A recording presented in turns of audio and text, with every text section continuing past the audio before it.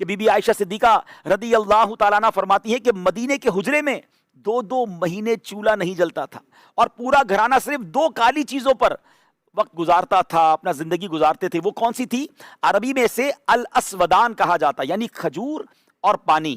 آج اپنی ہم باقاعدہ گفتگو کا آغاز اسی بنیادی نبوی غذا سے کر رہے ہیں۔ سب سے پہلے اس کا بنیادی جواب ڈھونڈیں گے کہ کیا ایک انسان صرف کھجور اور پانی پر ہفتوں زندہ رہ سکتا ہے؟ اور اگر رہ سکتا ہے تو اس کے جسم کے اندر کون کون سی جادوئی تبدیلیاں رونما ہونے لگ جائیں گی؟ ناظرین، کھجور وہ چیز ہے جو مجبوری میں نہیں کھائی گئی، بلکہ پیارے آقا علیہ الصلوۃ والسلام کی پسندیدہ ترین غذاؤں میں سے ہے۔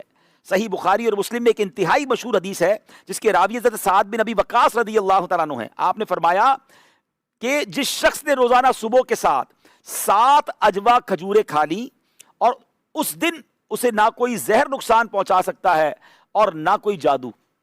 سبحان اللہ، غور کیجئے، یہاں اللہ کے نبی علیہ الصلوۃ والسلام نے خاص تعداد بھی بتائی، 7 کھجوریں، اور ایک خاص وقت بھی بتایا، اور وہ تھا صبح کا وقت۔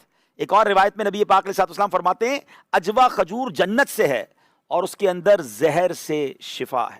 صرف یہی نہیں، جب ہم احادیث کی کتابوں کو پڑھتے تو ہمیں معلوم ہوتا ہے کہ نبی پاک علیہ السلام اپنی صبح کا آغاز کھجور سے فرمایا کرتے، اپنے روزے افطار جو ہے وہ کھجور سے فرماتے، اور یہاں تک کہ جب مدینے میں کوئی بچہ پیدا ہوتا تو برکت کے لیے جب اسے تحنیک دی جاتی، پہلی غذا دی جاتی، تو وہ بھی نبی پاک علیہ الصلوۃ والسلام کھجور مبارک کو چبا کر اس کے مبارک منہ میں دیا کرتے۔ اب سائنس کیا کہتی ہے، ذرا غور سے سنیے گا۔ واٹ ماڈرن سائنس سیز، جدید سائنس اور نیوٹریشن کا یہ اعتراف ہے کہ 1400 سال پہلے کی حقیقت کو آج کی لیبارٹری کی ذرا خوردبین سے مائکروسکوپ سے دیکھتے ہیں کہ سائنس کہتی ہے کہ کھجور کوئی عام پھل نہیں ہے، بلکہ زمین پر پایا جانے والا ایک مکمل سپر فوڈ ہے۔ جب ایک انسان صرف کھجور اور پانی پر گزارا کرتا ہے تو اس کے جسم کو کیا ملتا ہے؟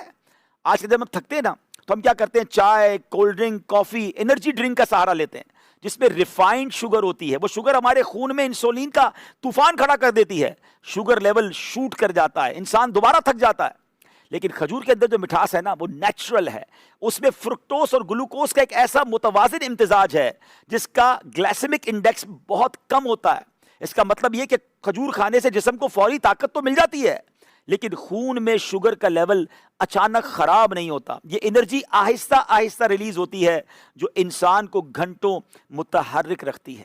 کھجور انشاءاللہ کینسر اور زہر سے جو ہے وہ انسان کو بچاتی ہے۔ زہر کیا ہے؟ زہر کی کئی قسمیں ہیں نا، سائنس کیا کہتی ہے؟ ٹاکسنز اور فری ریڈیکلز، اس سے کھجور ہماری حفاظت کرتی ہے۔ ہمارے جسم میں روزانہ زہریلے مادے بنتے ہیں جو ہمارے خلیات کو بھوڑا کرتے ہیں۔ جدید ریسرچ جیسا کہ journal of medical and health sciences